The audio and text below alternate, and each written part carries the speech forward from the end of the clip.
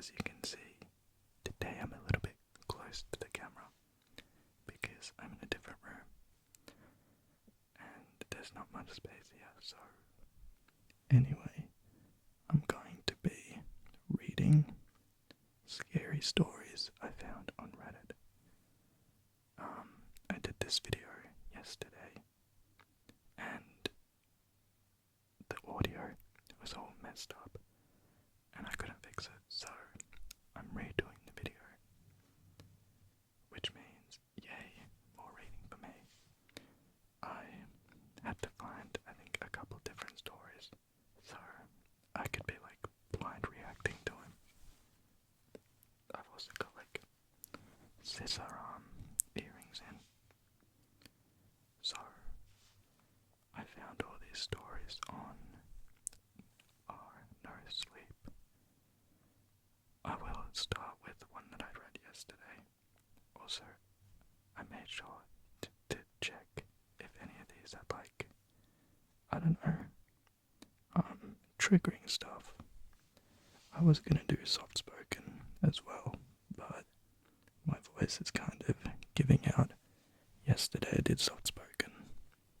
Today I don't think I'll be able to do much of it, so anyway, without further ado, let's get into the first story. This one is called A Stranger Paid My Cabin a Midnight Visit. She said, "We're being watched by 11 velociraptors.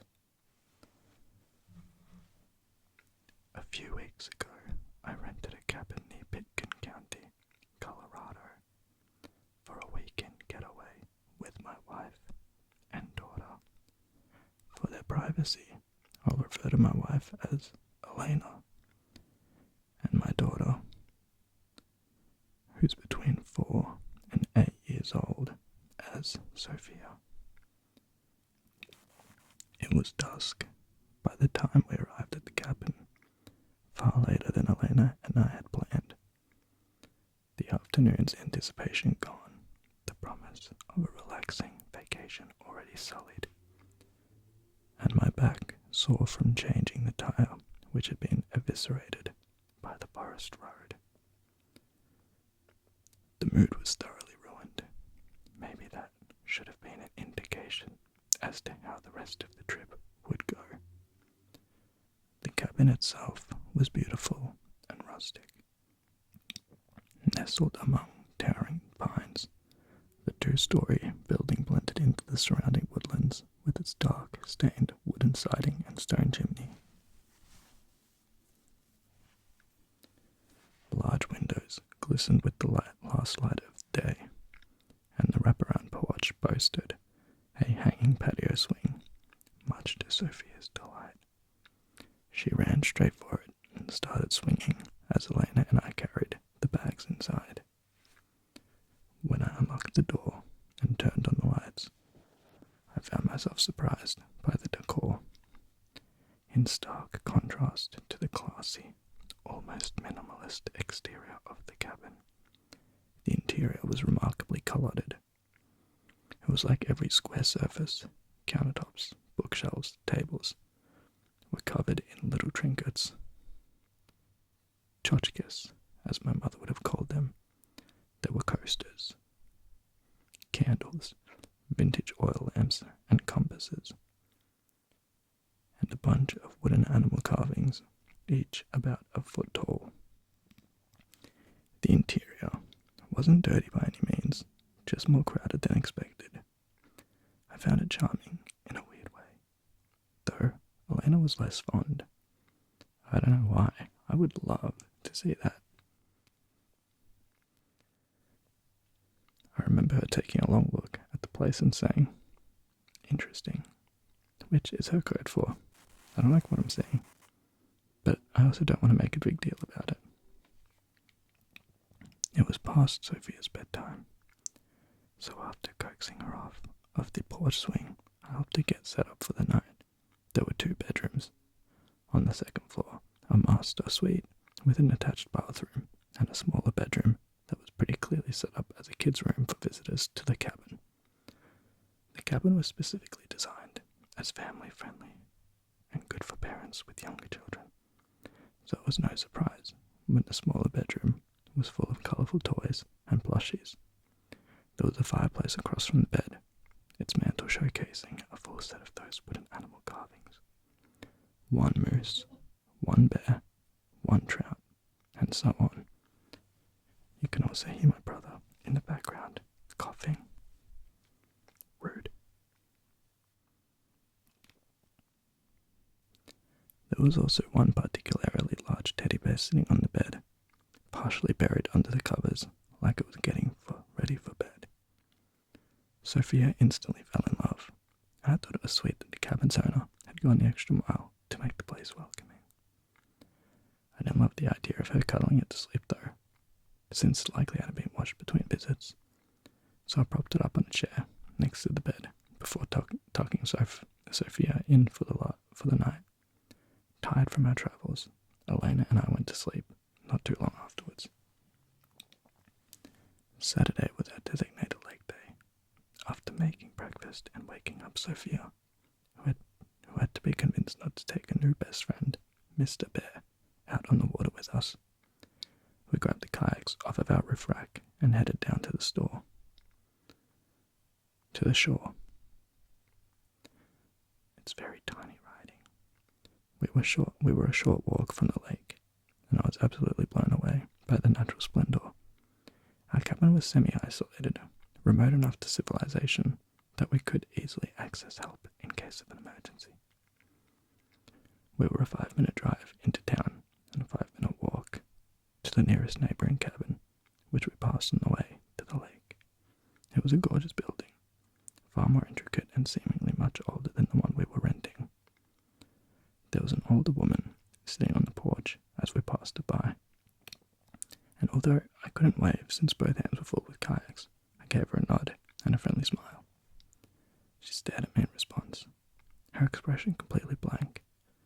She was looking directly at me, but almost looked like she was in a trance or something. What was that all about? I quietly asked Sophia once we were out of earshot. Not sure, my wife answered. She looks pretty settled in though. Maybe that's her home and she doesn't appreciate a neighbour running an Airbnb. That seemed like a logical explanation. I stole a quick glance over my shoulder before the house was completely disappeared behind us. My apologies, Jesus. And saw that the woman was now walking down the steps of her front porch, her gaze still fixed on us. Elena and I exchanged worried looks and picked up the pace a little, Sophia running along ahead of us. Joyful and oblivious, once we reached the shore, we hopped into the kayaks and pushed off into the water. We weren't exactly running away from the woman. It was more so that we wanted to avoid a confrontation if we could.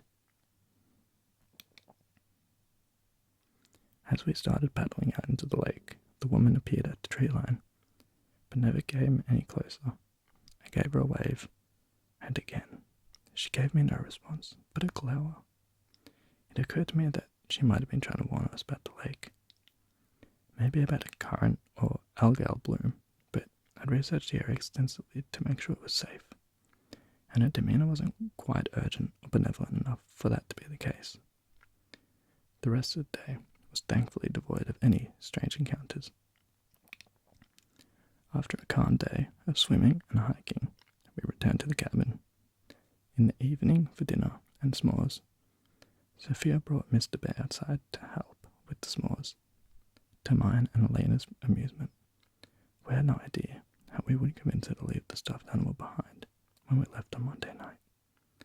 After we put Sophia to sleep at 8 p.m, Elena and I watched a movie, had a drink, and then went to sleep at 10:30 or so.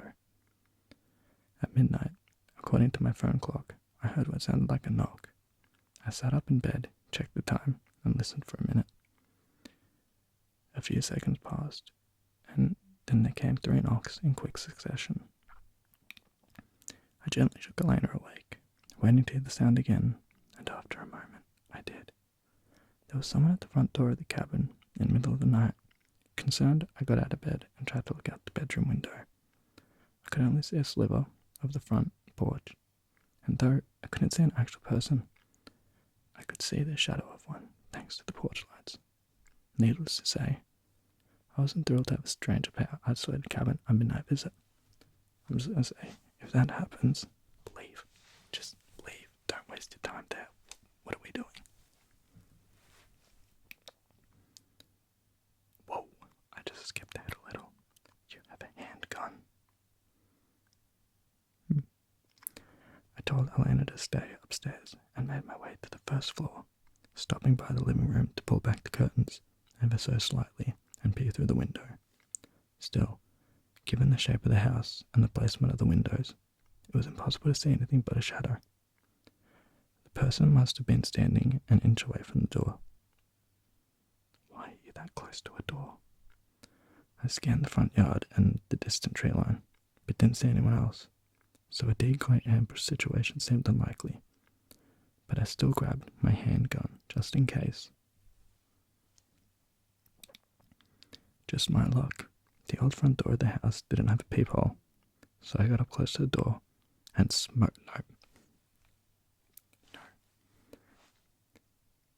and tried talking to the person on the other end.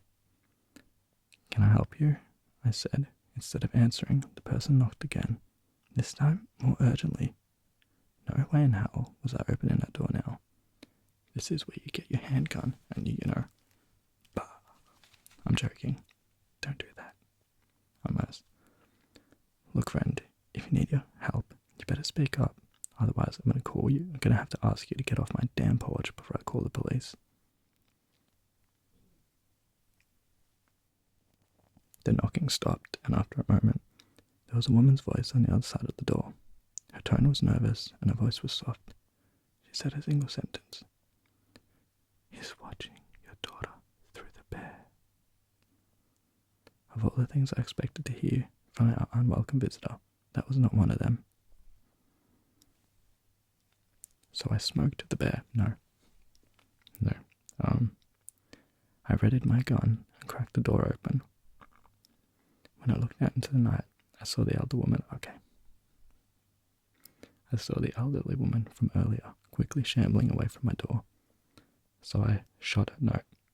Her back was turned towards me, and she looked like she was trying to get away from my porch as quickly as she could. I called after her, asking her what she was just talking about, but she didn't look back, so I shot her. She just kept going until the night swallowed her up completely, so I shot her. No. I was pretty disturbed at this point, so I shut and locked the door and made my way back upstairs. Elena was waiting for me at the top of the stairs, and I quietly explained to her what was going on. Horrified, I shot the bear.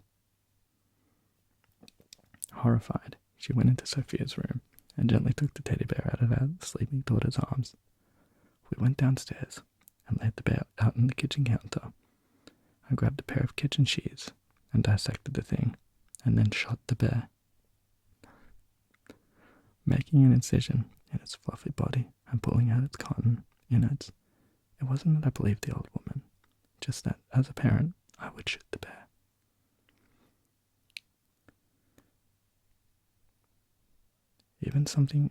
Anything related to my kid's safety, even something that sounds outlandish, is something I take seriously.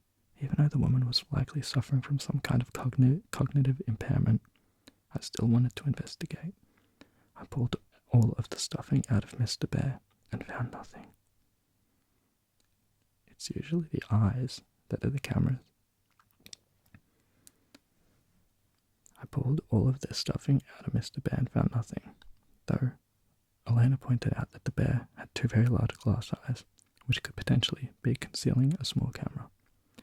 I was unable to find a hammer, so I shot the bear. He didn't shoot the bear, but I did find a wrench under the kitchen sink. I wrapped the eyes in a kitchen towel and smashed them to bits, but when I sorted through the fragments, I didn't see anything that looked like a recording device. I was relieved, but I was also equal parts creeped out and angry. Maybe like Elena had mentioned earlier. She was annoyed with the constant visitors to a neighbouring cabin and was trying to scare us off. She might have also had some mental health issues or hallucinations. In either case, though, how did she know about the teddy bear? Okay, she probably knew about the teddy bear because the daughter was parading around outside or something and she was staring. I don't know, but maybe she had visited the house before. Maybe it was just a lucky guess. Before returning to bed, I took a turn around both floors of the cabin, looking and failing to find anything out of the ordinary. Elena was also pretty freaked out, and she got up several times in the night to visit Sophia's room, down the hall, and make sure all was well. Needless to say, neither of us got much sleep that night. Sunday morning was all doom and gloom, which ended up being a perfect reflection of my daughter's attitude when she woke up and realised Mr. Bear was gone. Obviously, we didn't tell her what happened, but Elena and I did our best to distract her with flapjacks and promises of a fun day of adventuring. Unfortunately, the hike we had planned was foiled by a downpour that, of course, the forecasts hadn't predicted. So we decided to salvage the day by exploring the small town nearby. It wouldn't be the escape into nature we hoped for, but there were several family-owned restaurants and shops in the area, as well as a small library, so I shot the bear. The morning was alright. I enjoyed exploring the little town with my family. Although there wasn't much to do, we had an early lunch at around 11 or so, but when we sat down, my wife started rifling through her backpack with a look of dismay. When I asked her what was wrong, she said that she didn't see Sophia's EpiPen, which we always like to have at the ready when we eat out. Immediately, I realised that I'd forgotten to put it back in Elena's backpack yesterday when I was reorganising our stuff. I felt like such an idiot, and Elena, already grouchy from a sleepless night, really chewed me up for it. To make amends, I told her to wait with Sophia at the restaurant while I hurried back to the cabin for the EpiPen. She was displeased, but it felt like a better option than all of us braving the rain to return to the cabin. The drive back home was an absolute nightmare. Sure, it was a short commute, but the dirt roads leading up to the cabin had turned to sludge in the heavy rain. I was in a foul mood when I entered the cabin. I shut the front door with a slam and made my way to the stairs. The house was dark, thanks to the storm outside, dark enough that I almost missed the muddy shoe prints leading up the hardwood steps. When I saw them and realised what they were, I stopped in my tracks. I didn't have to wonder what they meant. Someone had been in the cabin since my family left, and judging by the fact that there was only one set of prints, they likely were still in the house with me at that very moment. I stood on the half landing, looking up at the second half of the staircase. The upper floor was eerily dark, so much so that someone could have been standing right at the edge of the staircase, and I wouldn't have been able to see them. I carefully walked backwards down the stairs, keeping my eyes peeled in case any shape suddenly emerges from the darkness, and once I made it down the stairs, I turned around and ran outside. I sat in my car and called the police to report a break-in. After calling Elena to explain the situation, I sat in my car and watched the house until the police arrived, which took almost an unreasonable amount of time. I never saw any movement from inside the house, nor did I see anyone leave, though I didn't have a great visual on the back door. It's possible that the intruder could have slipped through the back and run straight for the woods, in which case the cabin would have obscured them. The police were shockingly curt and dismissive about the whole thing. One of the officers who arrived on scene asked me for proof of the break-in, as if I would have had time to snap a picture of the intruder in my house or something. They did a sweep of the cabin and found no one inside, but even so, I didn't want my wife and daughter to set foot in that building again. I texted Elena, telling her I was going to pack our stuff and that we should leave at night early, and she agreed. She's smart. The cops stayed with me as I packed to give me some peace of mind, which I appreciated. Aside from the shoe prints, there weren't any obvious signs of break-in, and strangely nothing of value had been stolen, even though I left my laptop laying out in plain sight. Thankfully, we'd packed light, so it didn't take me long to grab all of our stuff from the master bedroom and the bathrooms. My last stop was Sophia's room, where I was quickly able to locate and pack all of her things. Nothing of Sophia's had been stolen or tampered with, but there was something missing from the fireplace mantel.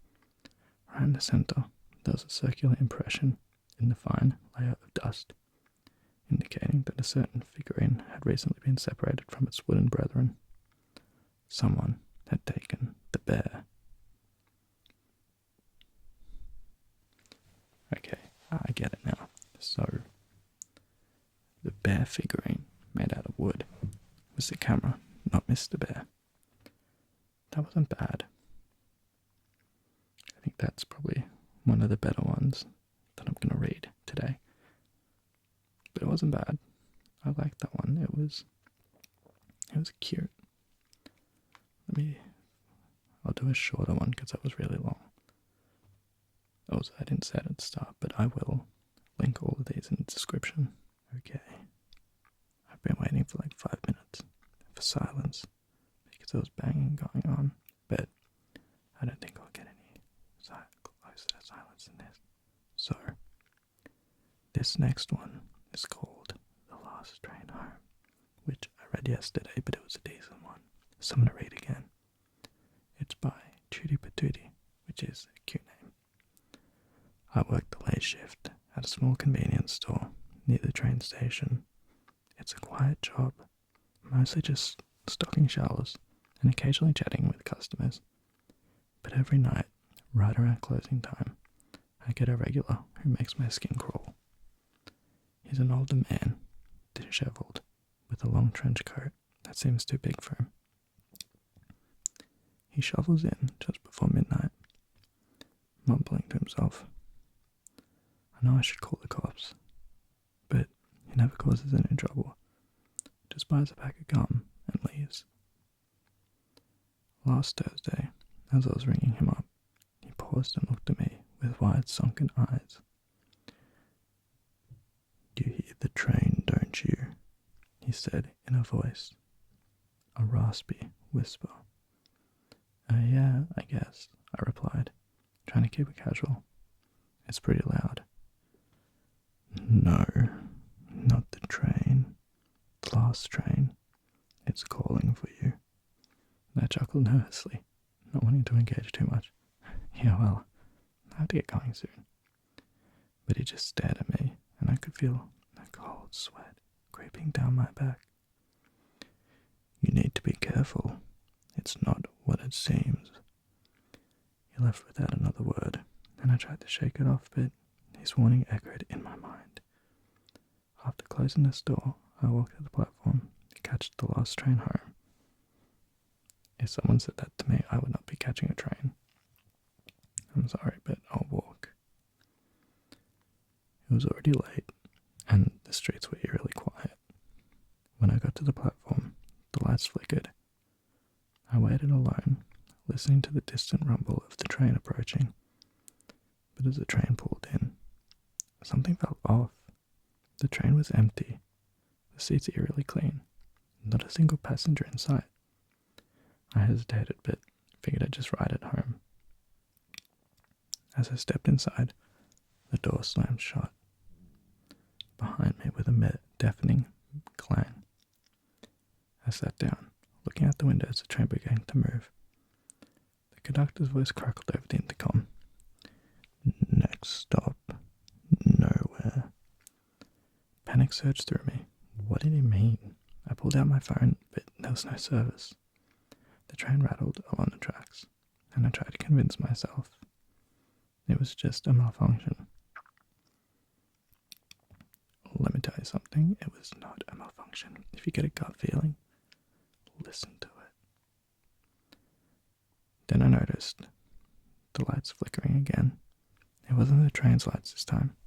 It was something outside the window. Shadows darted past, almost too fast to see. I pressed my face against the glass, heart racing. That's when I saw them. Figurines from the other one, yeah. Figures, dark and featureless, standing by the tracks, watching the train go by. They were everywhere, lined up as far as I could see, I felt their gaze pierce through me, freezing my blood. I stood up and banged on the door, desperate to get out, but it was locked tight. Let me out, I screamed, but the train just kept speeding along. The conductor's voice echoed again. The last train always takes its passengers.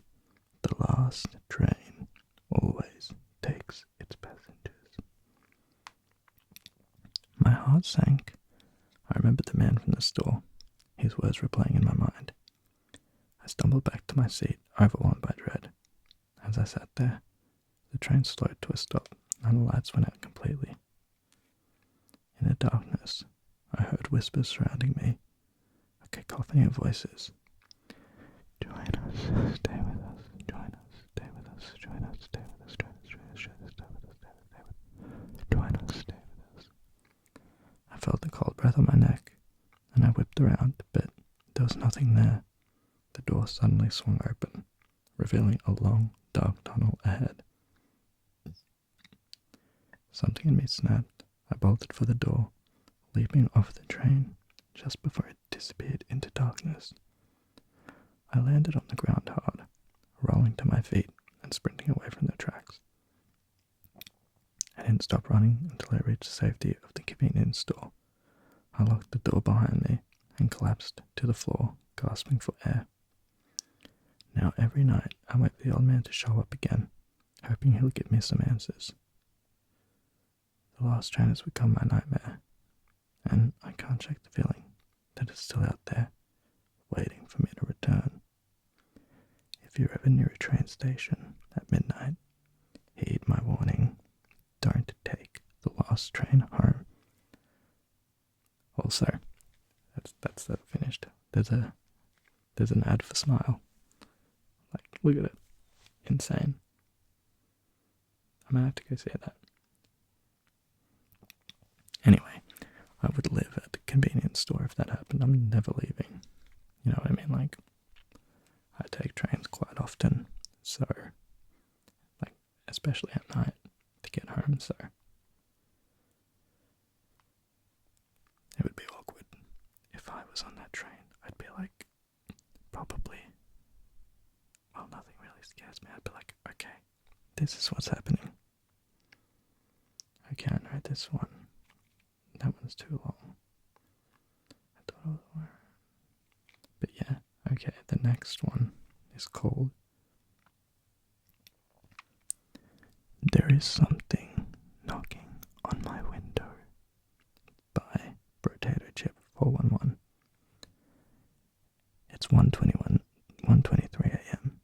and someone or something is knocking on my window. That shouldn't be possible. I'm on the second story, far above the ground.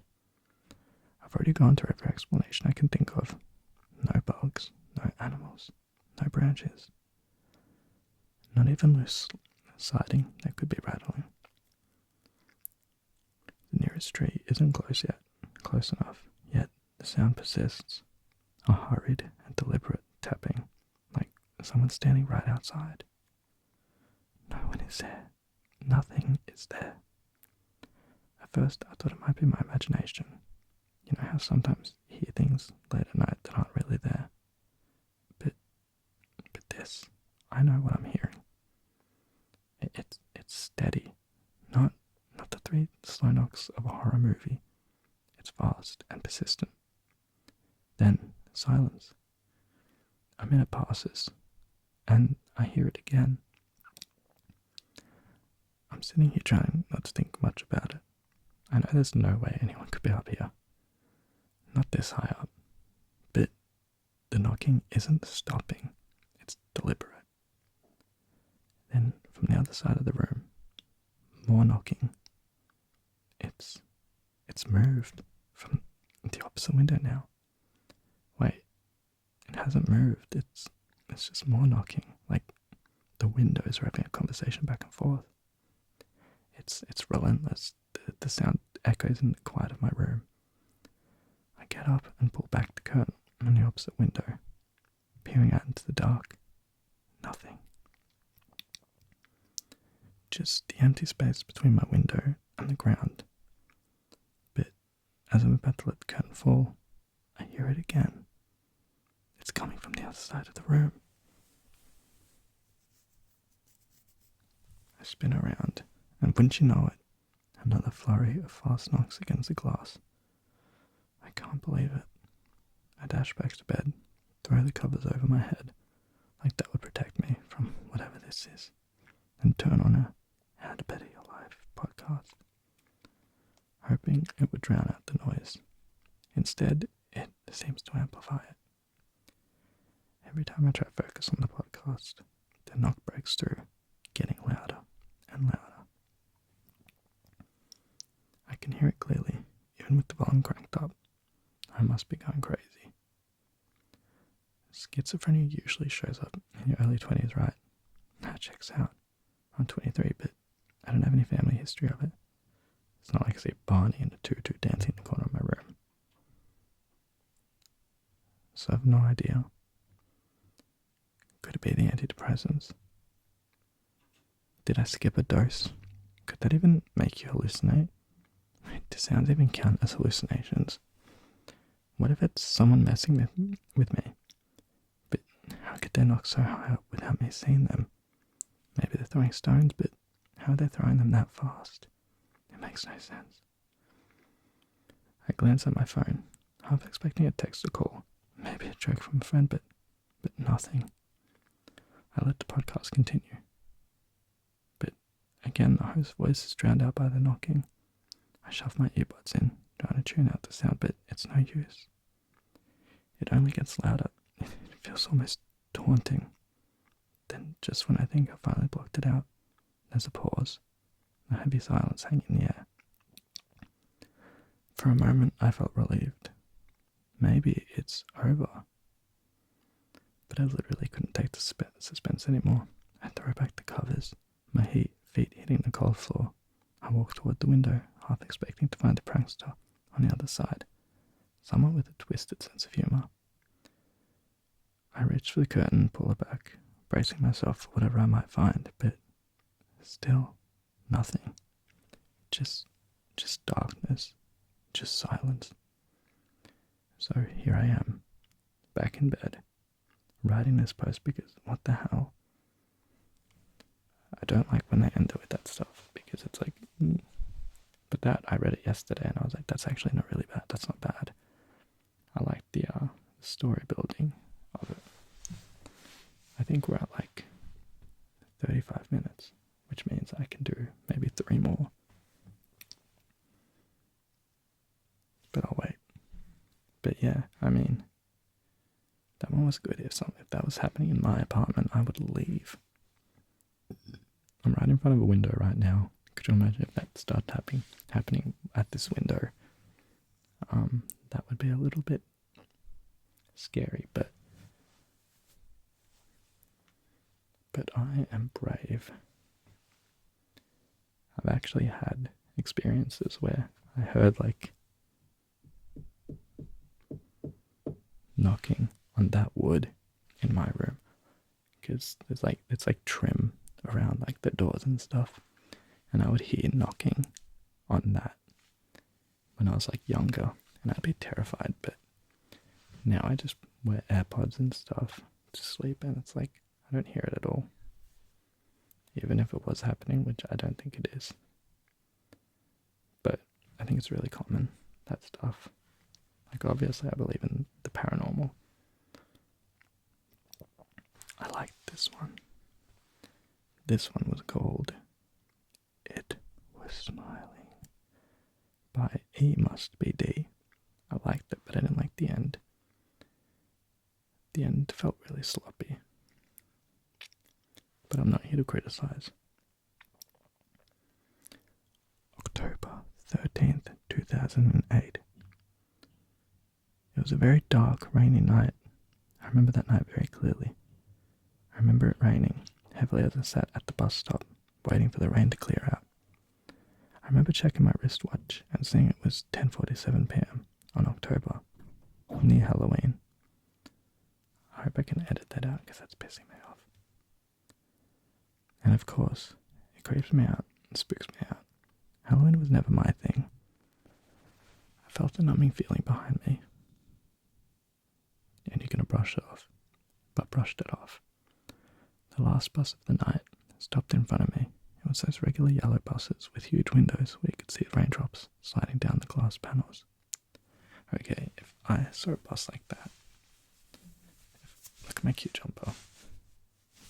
I can't really lift it all the way up, but anyway, if I saw a bus like that here in Australia, we don't get those buses here. We get like white buses. I would not enter a bus like that. That's like a very American school bus, like a middle, primary. I don't know what they call it there. That's like one of those buses. I would not enter that. It's fucking terrifying. I thought twice and boarded the bus. I paid for my ride, hoping I could save it, though it would take hours for me to go home because of the heavy rain. I boarded the bus and walked down the aisle. I could still remember the blank faces of each possible passenger I could fathom, especially the driver. His eyes, he was staring at me intently. I think it was about to pop out. Each time I took a step, I made the same mistake yesterday. Each time I took a step, further towards the seat, the people staring gave me continuous goosebumps that I could still feel to this day. Finally, I sat next to an old man, very tall. I could assume he could reach my cabinet's top shelf and place my favourite toy there when I was little. I think it was around 6 feet. Also, 6 feet isn't that tall. I'm like 5'11". I would mug this old man. I was unable to get a glimpse of his face because of his ancient top hat dangling above his noticeable bald head. And that's not a red flag. Yet, when I sat next to him, I vividly remember a stench looming towards me. It's like the stench I smelled when I went hiking and found dead deer bodies lying around the corners. I tried to cover my nose, but it didn't do any help, and so I tried to get off the seat and find another. But those eyes, they were all staring at me. Their seemingly astonished eyes crept up around my neck, circling to my nape and going down my spine. A shiver I felt. Haunting it felt. I finally got away from that god-awful smell that old man was reeking of and got into a cozy little seat on the right side of the bus. I guess sitting beside an old man at the very back was a bad idea. So you're telling me there was free seats in the bus and you willingly sat next to an old man? Okay. Curses.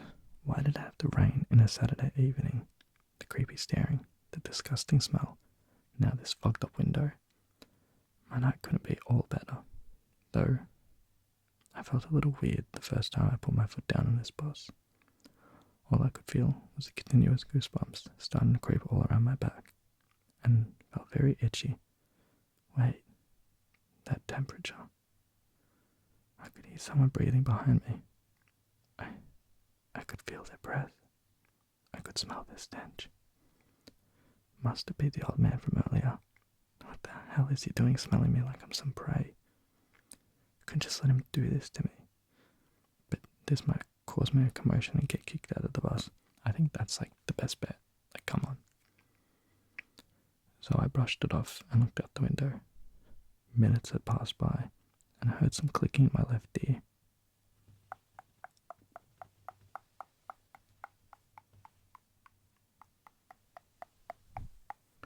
I wanted to turn around so bad, but something's telling me no.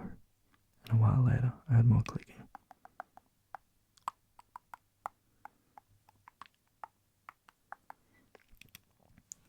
I feel like it's just the old man clicking his tongue to pass the time. So I tried to sleep. It felt like minutes had turned to hours and seconds had turned to years. I wasn't able to fully delve into a deeper sleep. Woken from an ambulance sirens, annoyed and bewildered, I checked my watch. And what I saw confused me, really confused me. The watch still says 10:47, as if time has stopped. It can't be broken. I mean, it's working perfectly earlier, and it's still working now. I tried to sleep it away, but I just couldn't. How could I not? No, it's not because I can't sleep. It's because I cannot sleep. I remember that old man. I can still feel the hot breath hitting my neck. I remember its hot, rotting breath. I remember it creeping behind me. I was scared. I was scared and no one was helping. I was scared of what he might do to me. I was scared to open my eyes. I was scared. I am scared. To this day, I'm still traumatized. I felt the need to stop it, so I opened my eyes. I opened it and I saw everything. Those eyes, my God, those eyes. I felt the bus stop. I felt their stares pierce me like the stake that pierced Jesus. Their faces were blank. No. I turned my gaze towards the outside world, toward the window, and saw red. The rain turned red. I jumped out of my seat and looked around, seeing everyone but him. The old man was gone. How? Why only him? What about the others? The darkness crept around me. I felt it engulfing me, swallowing me, eating me alive. The bus's rooftop flew into pieces and rain started to fill up my pants with yellow, and I opened my eyes. I saw it. The tall, lanky man. Its ruined top hat, sharp claws, freshly ironed business suit. I could hear his footsteps ringing in my ear. His face, I couldn't see it, but all I heard was the clicking.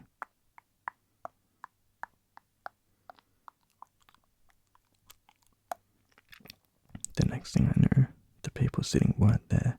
It was just me and it. It stopped, it chuckled, and there it was. It revealed to me his face. It was smiling. And that's the end of that one. See, I don't like the ending to that one. I think if we ended it at I am scared this day, I'm still traumatized, it would have been better. It leaves a lot more to think what happened, and you don't get like that the person peed at the Panthers, you know? I don't know, that's just my thoughts. Like I said, I'm not here to criticize. Okay, I think I can do one more. I like that one, but that one was not great. Did I not save the other one? I guess I'll read this one. Okay. This one is like from a series, but I'm only going to read part 1 because I like part 1. This one's called I Took Up a Job as a Night Guard I Shouldn't Have by Rick and Dick and Deck 123. When I first saw the ad, I didn't think twice. Earn up to $80 per night with a simple job as a night guard. No prior experience required. The ad said, and I submitted my resume as fast as I could, fearing it could disappear or be taken by someone else at any moment. Not 2 hours after submitting my application, I got a response on my email that I've been hired and can start working from tonight. It struck me as odd that there was no job interview and that I needed to start working right away.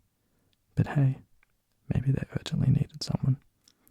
I've been jobless for over a year now, so I naively ignored any red flags and was just happy to have a job. I went to the given address at 8 p.m, and it turned out to be an office building. Hello, I called out when I entered, but no one responded.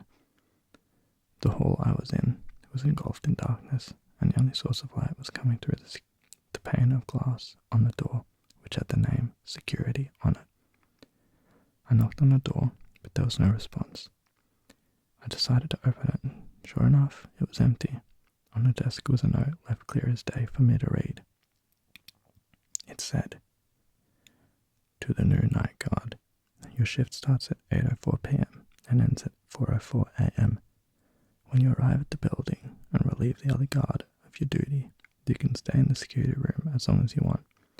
but you have to use the elevator to get to the top floor once at any time during the shift.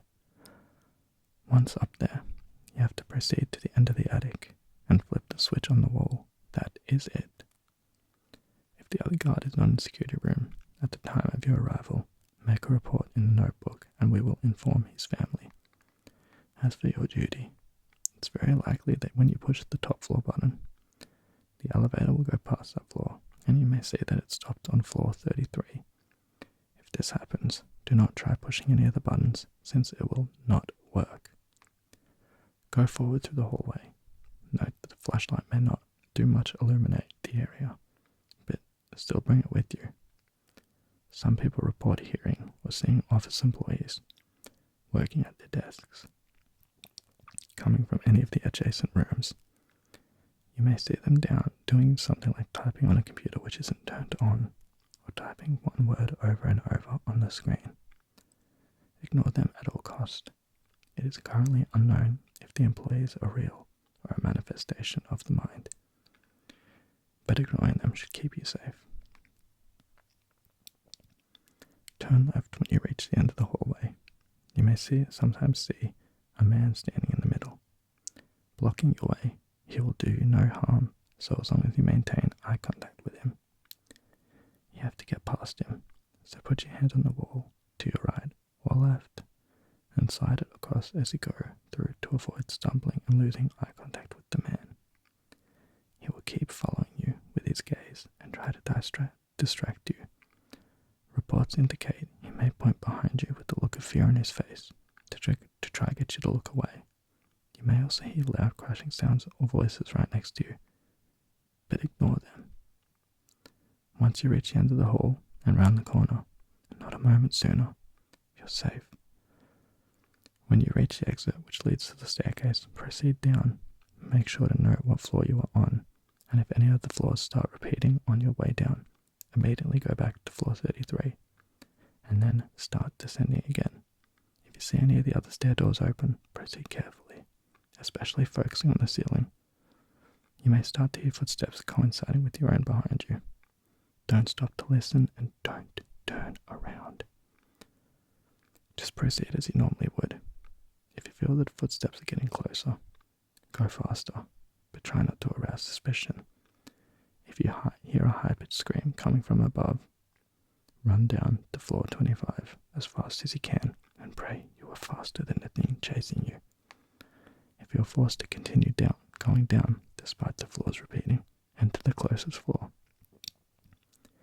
You will find yourself back in the hallway of floor 33, so simply repeat the steps from above. Once you reach floor 25, you're in the clear. First call the elevator and jam the door to keep it open. Press the floor 1 button and go back to the switch. After flipping the switch, the lights will go out. At this point, you'll start to hear screams all around you, similarly to the one described before. Run to the elevator as fast as you can and enter it while unjamming the door. If you did everything right, you should have at least 5 extra seconds to close the elevator before the entities of the building reach you. You should be back on the floor of the security room once the elevator stops. You may spend the rest of the shift however you desire, so long as you don't leave the property between 8:04 p.m. and 4:04 a.m. Note that leaving the building at any given moment between the mentioned times will put you back on floor 33. Also note that not flipping the switch before 4:04 a.m. will result in you not being able to leave the building. Thank you for performing your duties. Management. It's 1:24 a.m. right now, and the elevator doors just opened on their own. And that's where it ends. But I'm not going to read the next part of it because I like the idea of management's note being left to you, and you do with that what you will. Will you enter the elevator? I mean, you have to. Will you do everything right? I probably would not be able to keep eye contact with the old man staring at me. But there was another one I wanted to read about being a night guard, but it's not here anymore, which means it would have been deleted That was a good one. I think I've got two more actually. 57 minutes. Okay. All right. I'll read this one, and then this will be the last one. This one is called "I Thought I Was Alone in My Apartment Until I Found Someone Else's Belongings" by yknow. I moved into my first apartment a few months ago, excited to finally have my own space. It was a modest one-bedroom in a quiet building, and I loved the peace it offered. I quickly settled into my routine, enjoying the independence and solitude. One night, after a long day of work, I returned home and immediately noticed something felt off.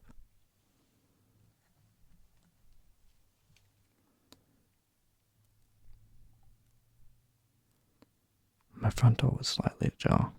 I was sure I'd locked it, but I shrugged it off, thinking maybe I'd forgotten.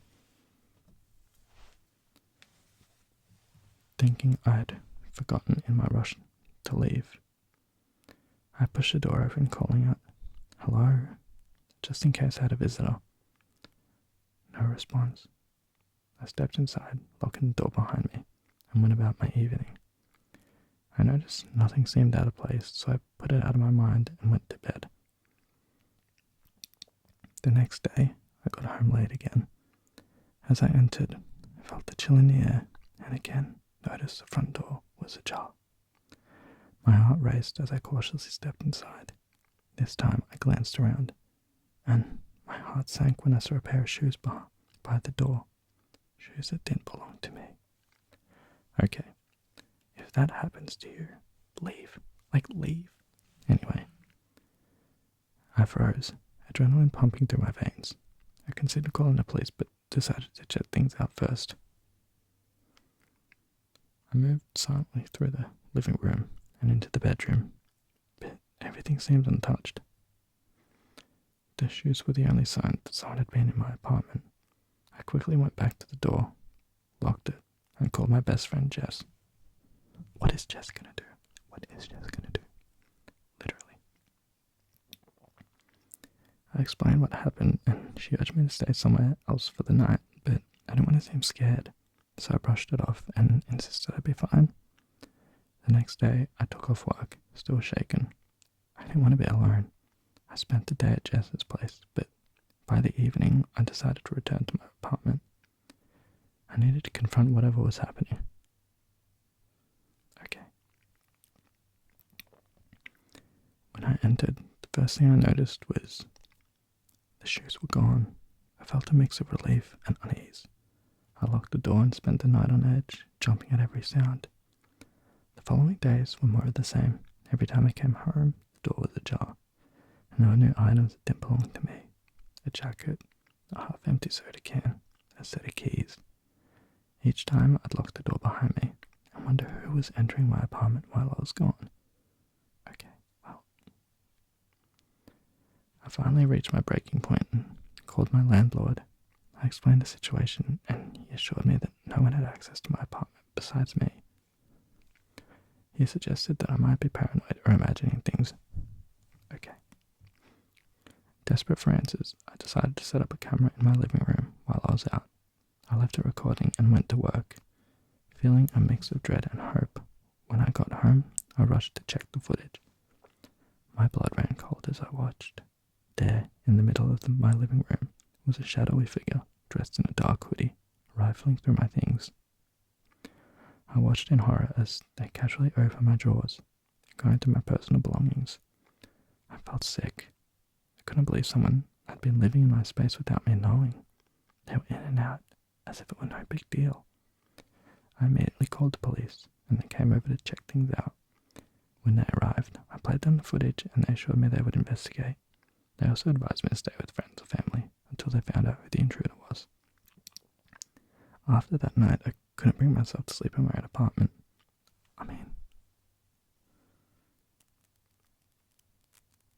I spent the next few nights at Jess's. The police kept me updated, but they had no leads, and I felt like I was losing my mind. Then about a week later, I got a call from the police. They had apprehended someone. and they wanted me to come in for questioning. When I arrived at the station, I was shown a mugshot of a man I didn't recognise.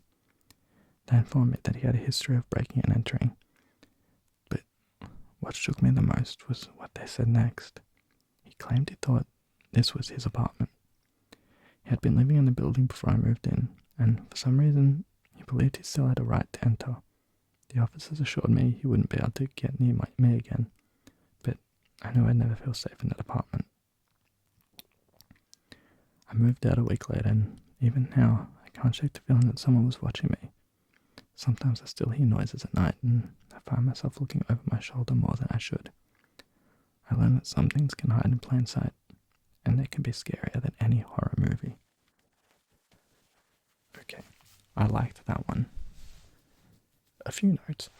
If you see shoes in your apartment that don't belong to you or anyone that lives in that apartment, leave. If this keeps happening, leave.